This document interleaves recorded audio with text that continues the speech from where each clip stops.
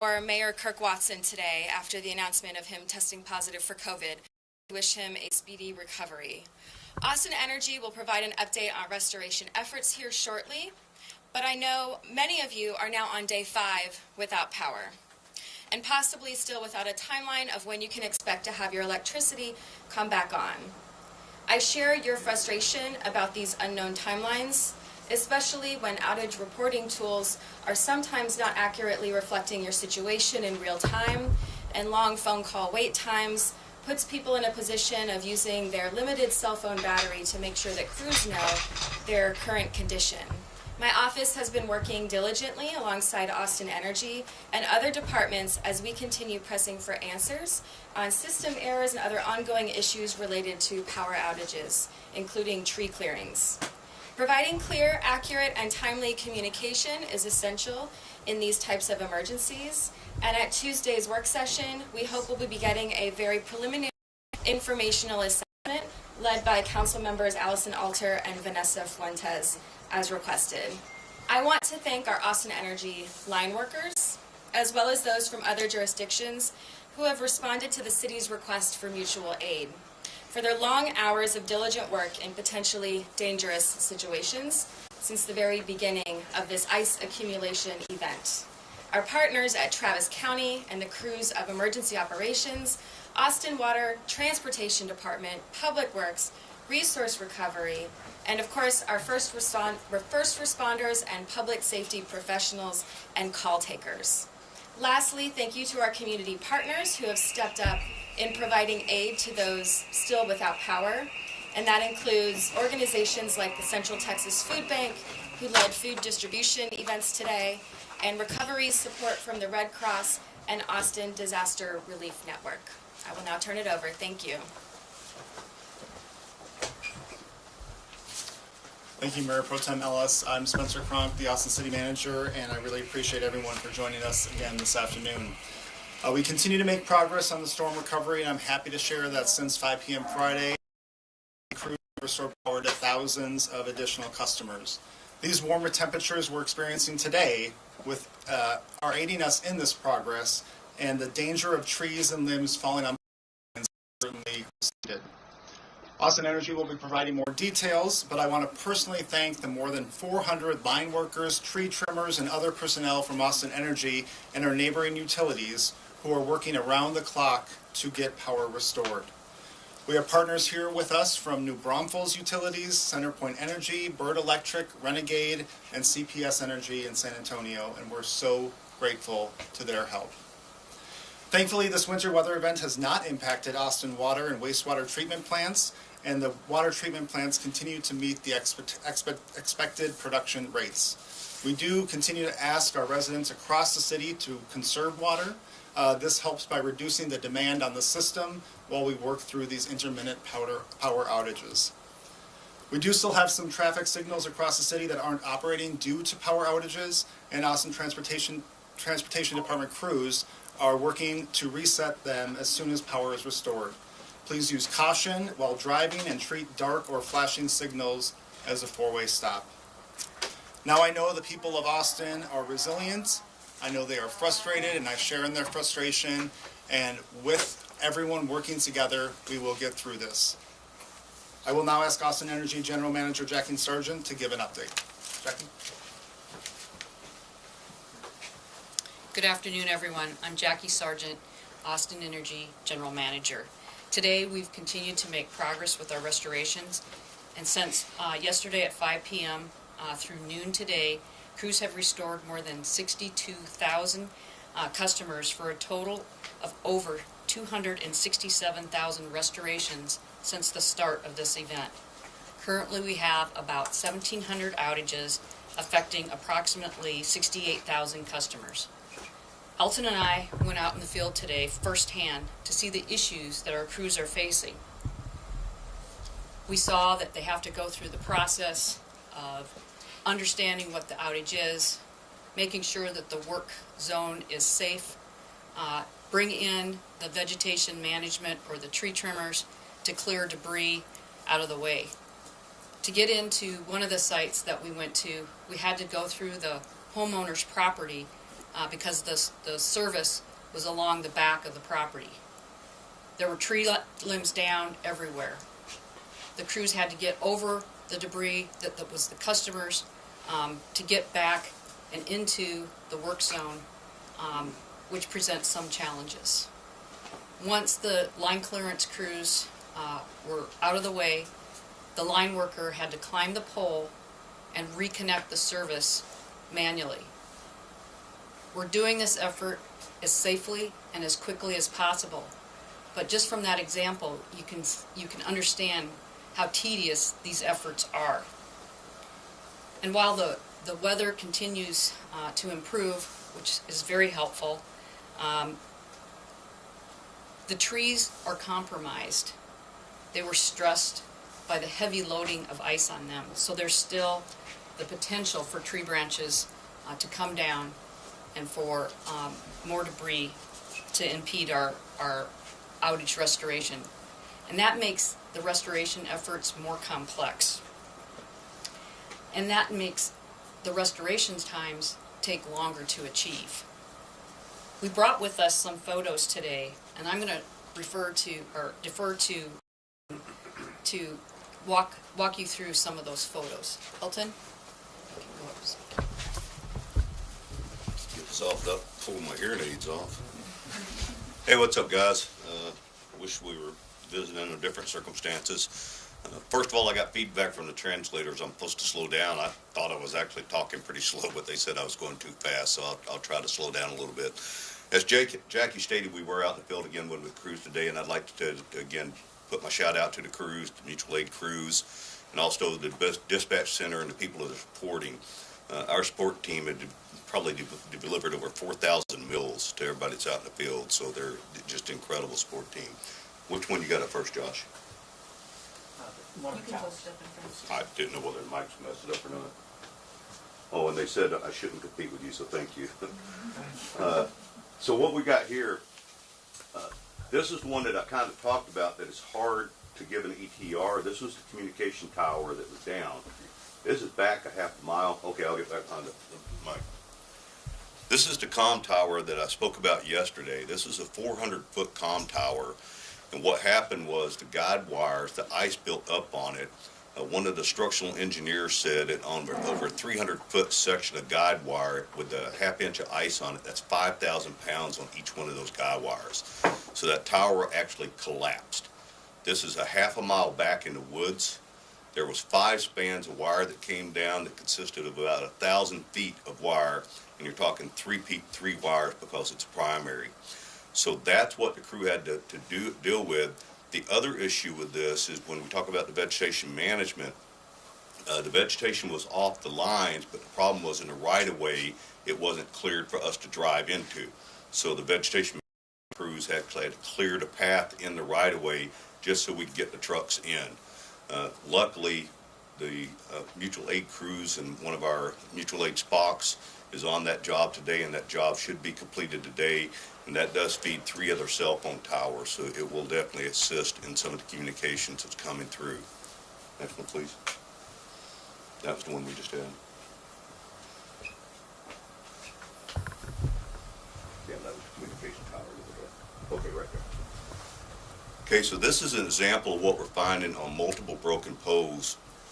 You can think about a telephone pole, not exactly a fragile piece of equipment. But what happens is the weight of the ice, vegetation downstream, which means it was down away from this part, went onto the primary wires. The wire snapped, and that was enough force to snap that telephone pole where you see it. So this isn't like an hour fixed job. This is a full day job for a 6-man crew. They have to remove that pole, they have to make safe, they have to set a new pole, put new cross arms, and transfer all of that stuff back over.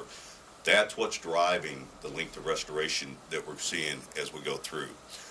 My grandmother used to say, you know, bad news is like meatloaf. You don't push it in the back of the refrigerator, you just pull it out, put it on the counter, and go for it. And the reason I bring that up is when yesterday I talked about circuits, which were the long ones, and you energize it, and we get a lot of customers picked up. That's why we've seen that over the last 2 days. There's 9 circuits left, and we have crews assigned to every one of those circuits right now. The reason I'm stating that is once that's done, it's not going to be any faster. Because what happens is when I gave that example of that strip cord that went out and the individual plugs off to the side, those that are unplugged, we now have to go and repair. In the example that Jackie gave today on that little short section that we had, there was probably 4 different sites that they had to repair just to get approximately 30 homes up. So it's tedious work, but it's got to be done safely, and we are definitely working to get it. I would like to mention one thing that our GM Jackie brought up yesterday. She showed you the chart about what was your responsibility as a homeowner in Austin Energy's. One of them was a service in the pipe that went up the side with the weatherhead that was on the side of the house. A neighbor came out while we were out on this job site and said, "Hey, it's down in my backyard. Since you're here, could you take a look at it?" Well, the crew went back. Thank goodness she followed the process about treating it as energized, because guess what? It was energized. So there was a live wire line in their backyard. So please stay away from the wires. Call them in. We will get to them as soon as we can, but just treat them as energized and take care of your own safety, please. So we'll continue. We've got more mutual aid crews in. As a matter of fact, Jackie and I welcomed them at noon before we came down to here. So my guys will continue to grind out tonight. They'll be pounding the streets.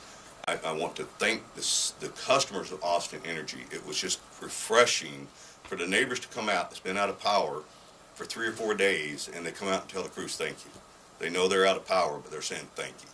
Some of them were offering coffee. Some wanted to bake cookies if they had a gas stove, I guess. But it was just, it's refreshing for the crews to know that the customers are respecting what they're doing. So thanks for your support, and I'll turn it back over to Jackie.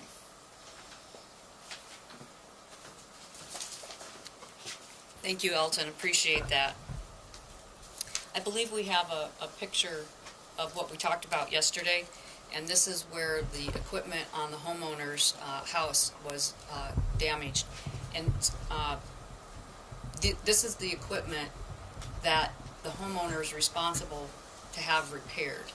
And if the lines connecting to that are down in the ground, we need to have you call those in so that we can disconnect those and the electrician can come out and safely restore your power.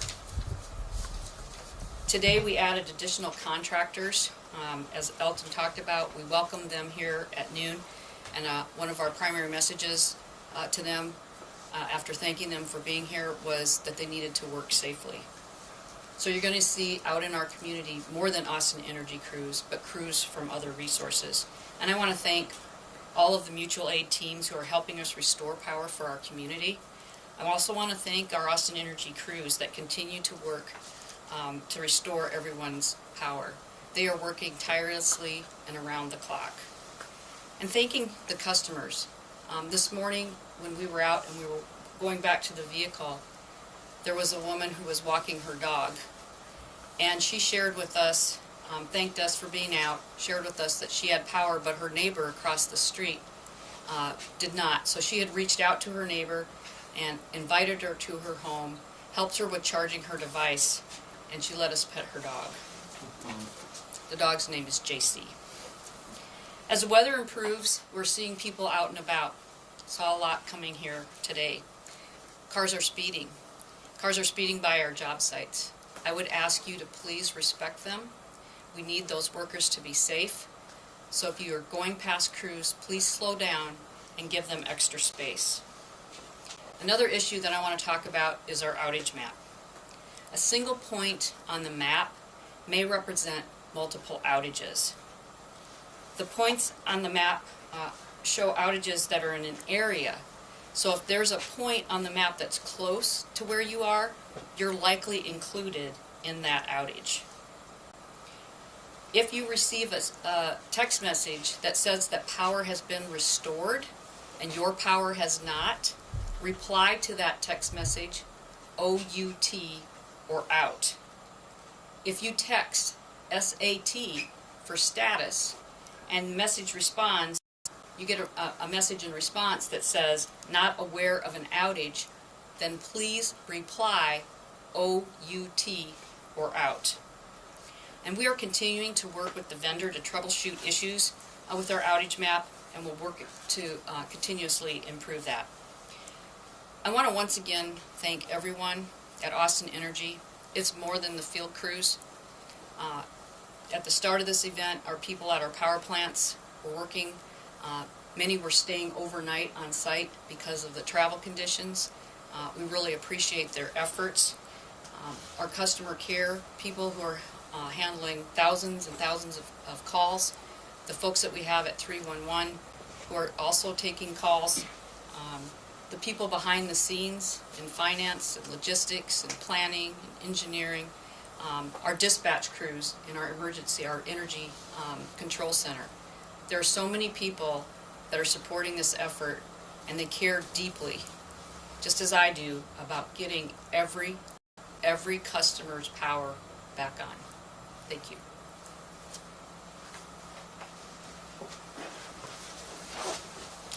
Good afternoon. My name is Ken Snipes, Director of Austin Resource Recovery. I want to start by thanking the women and men around the city who are working diligently to restore and resolve the issues that have been caused by this storm. For Austin Resource Recovery, this effort will occur in 2 phases. The first of those phases is to restore our normal collection services. As of today, Austin Resource Recovery has caught up on all of its regular cart services. And on Monday, those services will return to normal. The second phase of our work will include debris management and debris collection. And for more on that, I'm going to turn it over to Deputy Director Richard McHale. Good afternoon. I'm Deputy Director Richard McHale with Austin Resource Recovery. I'd like to give you an update on where we are with the storm debris response. But before I do that, I also would like to thank the staff of ARR and the other city departments who are doing all this work, especially Austin Energy. I've been with the city for nearly 30 years now, and this is by far the worst disaster that I have ever seen. So I'm amazed that there is any electric west of Mopac. Off to Austin Energy for the vegetation work that they have done. So with that, just an update. There were some existing brush routes. We do brush collection twice a year from residents. We had 3 previously scheduled mail-outs had gone out, so those collections will still occur. So if you received a mailer notifying you of your semi-annual brush collection, those dates will still apply. So you can go ahead and put your material out, storm debris and any other material you have, and we will get that collected as it was previously scheduled. ARR, we learned a lot from Uri. We learned a lot when we replied to a mutual aid agreement with the City of Houston. We helped out with Harvey, so we had a lot of learned lessons from other areas. So we took those lessons and we had some pre-positioned contracts in place for debris contractors and debris monitors. Debris monitors are for if this becomes a FEMA event and we are requesting reimbursement from the federal government, we have to have those debris monitors. So all those contracts were activated.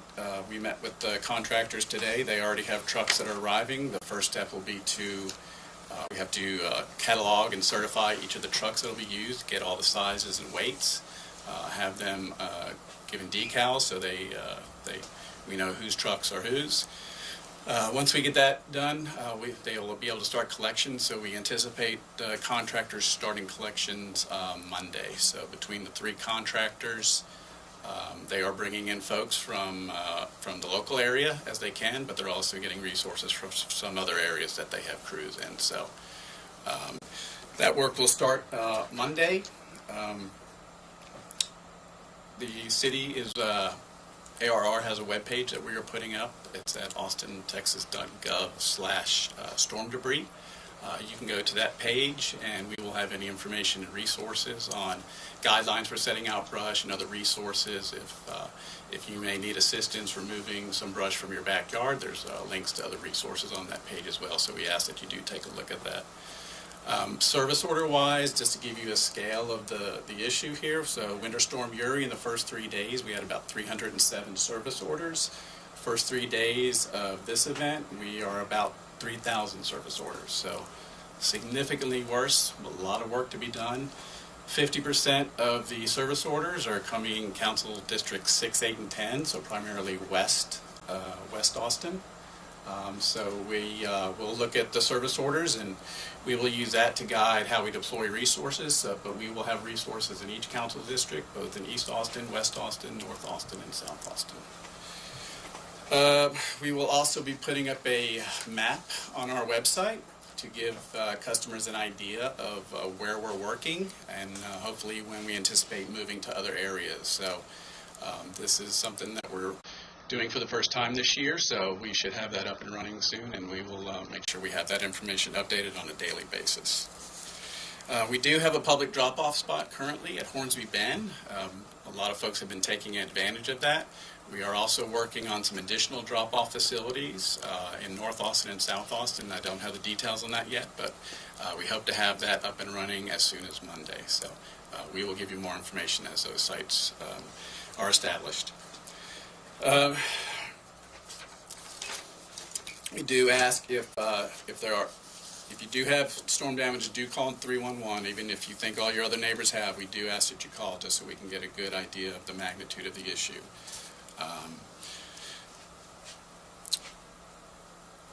When we did Uri, we had one contractor working. They worked here for about 5 weeks. And then the city worked for about an additional 3 months with additional material. We have a lot more contractors this time, but this is going to be a long-term recovery. I mean, we will be busy all of February for sure. But the key point I want to get across is even if we don't get you on the first round, if you stick out material you haven't got to the front, don't worry. We're going to be back. We're going to be making multiple sweeps of the city. So if we don't get you on the first pass, we will get you on the subsequent passes. So rest assured that we will get that material collected.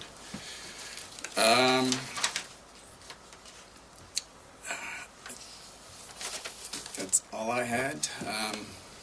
With that, I can take. We'll pass on.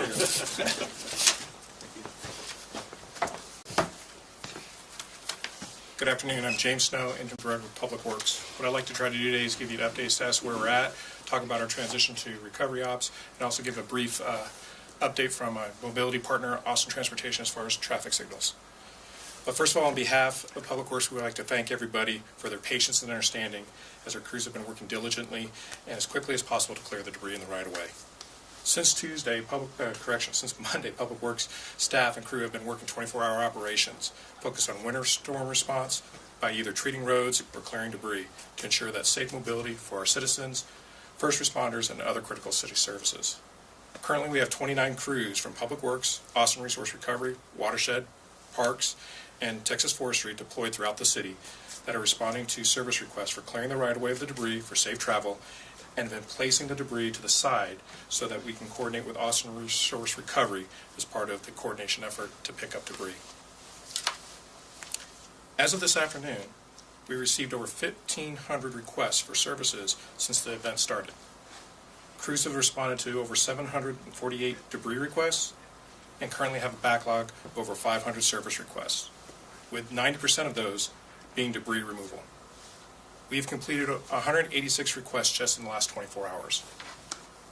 Please, we know, we ask you to be patient. We're trying to do as quick as possible to remove those. During yesterday's press conference, I reported that we're in the process of reconfiguring our operations group to shift from the focus of winter response, which is treating roads and clearing debris, to storm recovery operations, primarily focused on debris clearing and removal. On Monday, Public Works will begin a systematic grid approach that we've used in other storm recovery operations to assign teams to certain sections. This approach will allow us to confirm debris has been cleared and establish pickup points to be coordinated with Austin Resource Recovery. Even though we're making that transition from storm response to storm recovery, we still want residents to report down trees in the right-of-way. They should call 311, and that request will be routed to our section crews that will be working through this effort. But I said at the beginning, I'd like to also give an update from our mobility partner, Transportation Department, as far as their progress on signals. Currently, there are 54 traffic signals that are dark and 9 traffic signals that are in the flashing mode as of this press conference.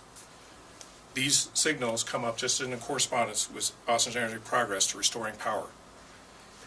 The 9 flashing signals will be crews will respond and get them back in working order by the end of the day.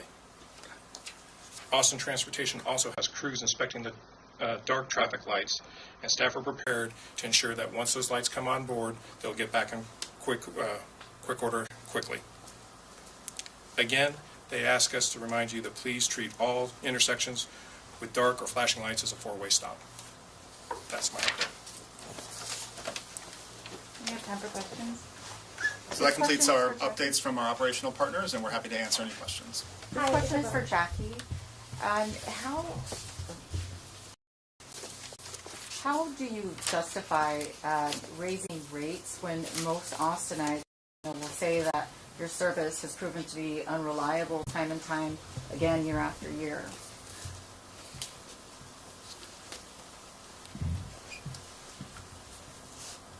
Well, first, let me say that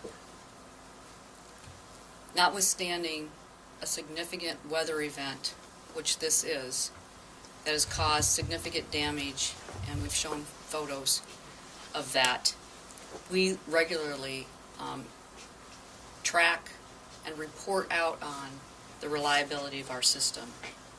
We benchmark with our peer utilities across the country, and we have some of the strongest reliability numbers. With regard to rates, our base rates, we haven't raised base rates since 2012. Costs for everything have gone up and escalated. Base rates pay for our crews, they pay for vegetation management, they pay for power plants, they pay for the debt service, the money we have to borrow to build infrastructure, the poles, the lines, the transformers, and all of those things. Our rate review process used a test year of 2021, which demonstrated that we were under-recovered in our rates. And so it was necessary for us to be able to increase rates so that we can replenish some of our funds that we need to manage cash balances. And we need those so that we can buy the things that we need to maintain and restore the system. I know nobody wants their rates to go up. I wish that we didn't have to raise them. But as you know, inflation has occurred, supply chain shortages have driven costs up. We have seen increase in our labor costs.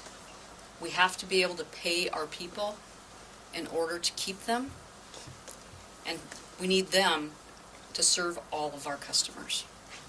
So, although this is a significant event caused by a very significant weather event where we saw lots and lots of ice form, ½ inch to 0.8 inches or more in some cases, the farther west you were.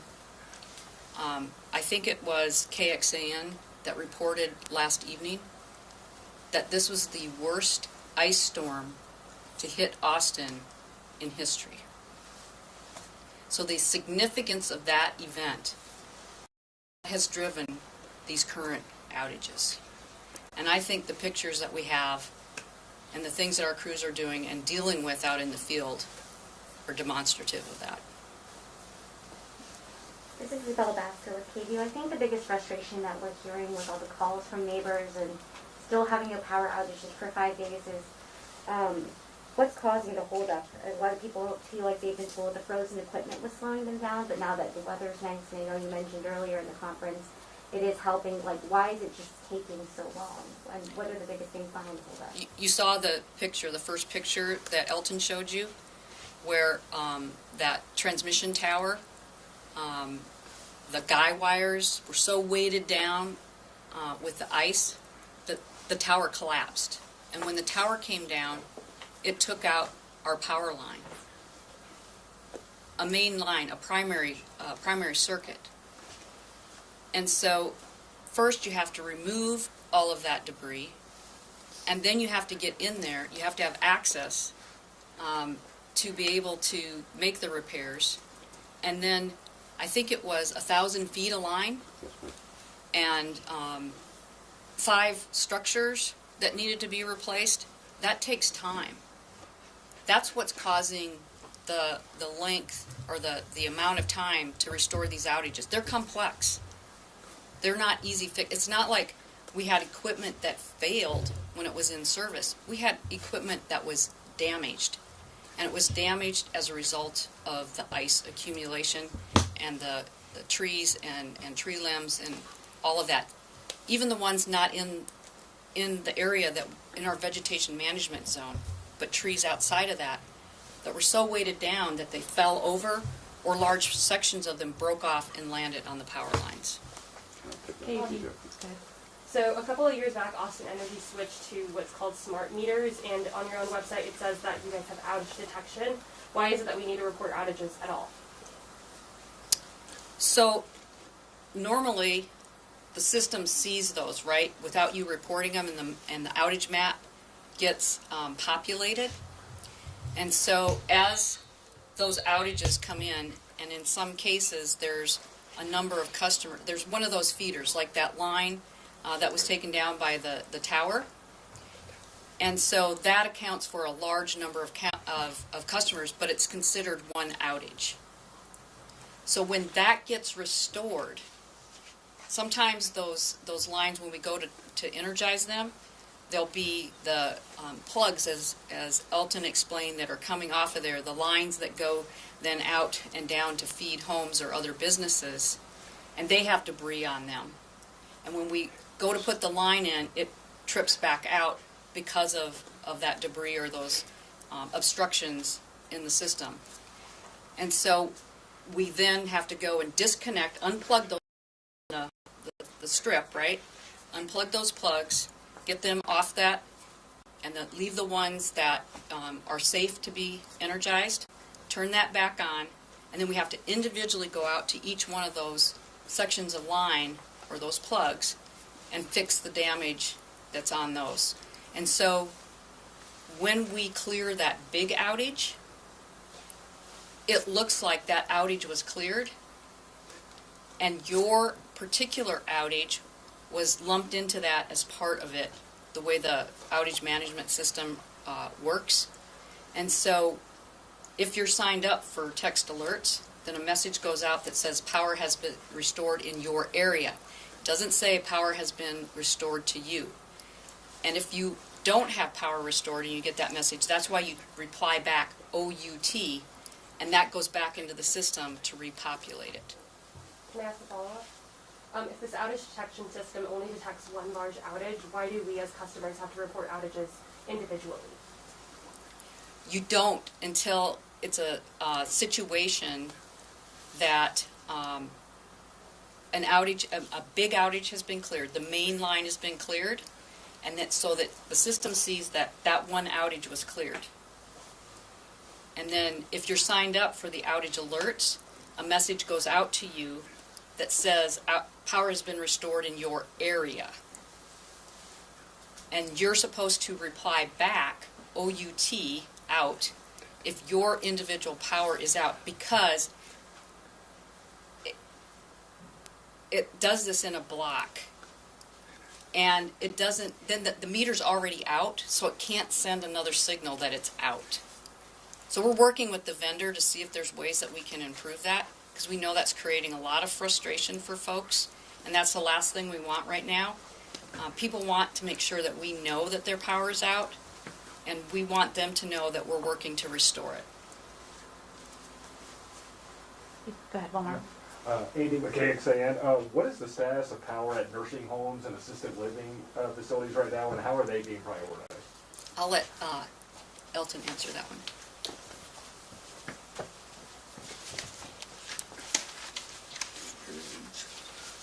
Yeah, nursing homes are considered a critical load, and it depends on what type of care is being provided. So critical load, as far as a customer, is critical load 1, 2, or 3. And as GM Jackie Sargent mentioned yesterday, first of all, they have to be registered, so we have to recognize it. You can't just call up during the storm. So let's say it's an assisted living that has hospital care at the home. That would probably be a critical load 1. We have a large customer service that reviews it and places it. If it's just an assisted living that doesn't provide medical care, it's probably critical load 2. So that's, I can't say what it is without it done, but that's kind of how they do the levels. They look at what type of care is being provided, what's the level of response for electrical services do they need, and then where do they go. And if you don't mind, I'd like to go back to this young lady's question about the frustration. If you would, I'd like to use Winter Storm Uri as a baseline, because in the history of our lifetime, and I'm a lot older than any of you out there, that was kind of the bad guy. And to give you an example of Winter Storm Uri, if you take the total time of the outages or the days out with the 7 to 8 days, the majority of that was because of the rolling blackouts, which we know, and the compression of the load. The actual storm response, when you look at it, is like over 3 specific days. Do you know how many mutual aid crews we had during that time? 0. Our indigenous workforce did world-class performance during Storm Uri and got all the customers restored, usually within 24 hours.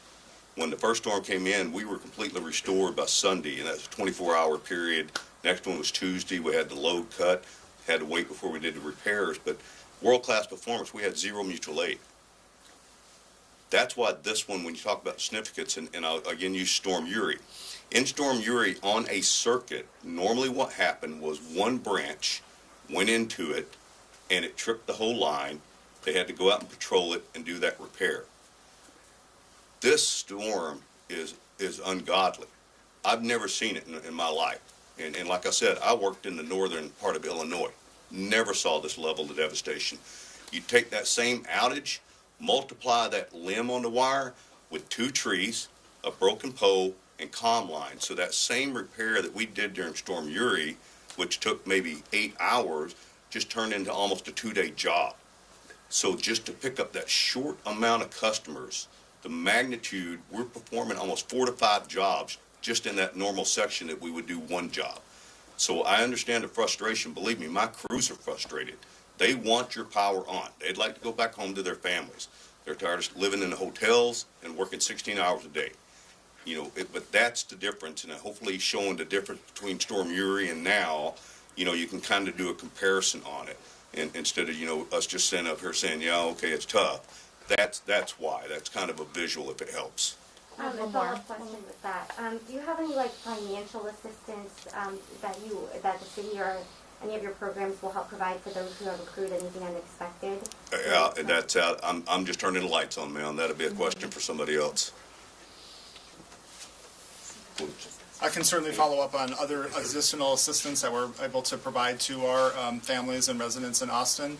I know that as we did declare the local disaster, and also that's in conjunction with the county, and I understand the state as well, that does unlock additional programs. And so as those programs become available, we'll be providing that information to our community.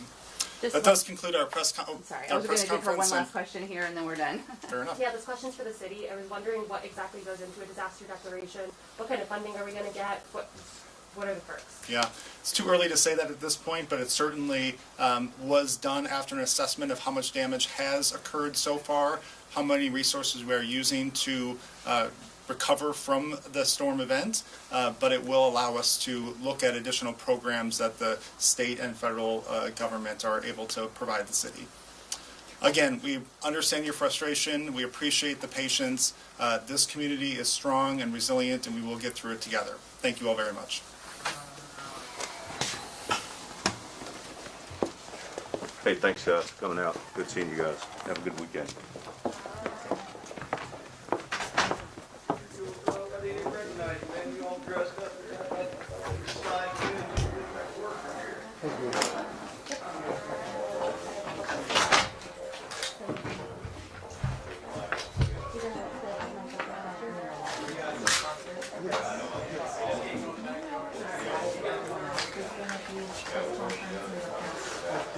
Let me ask, Jenny, do we have a stats survey on anybody else?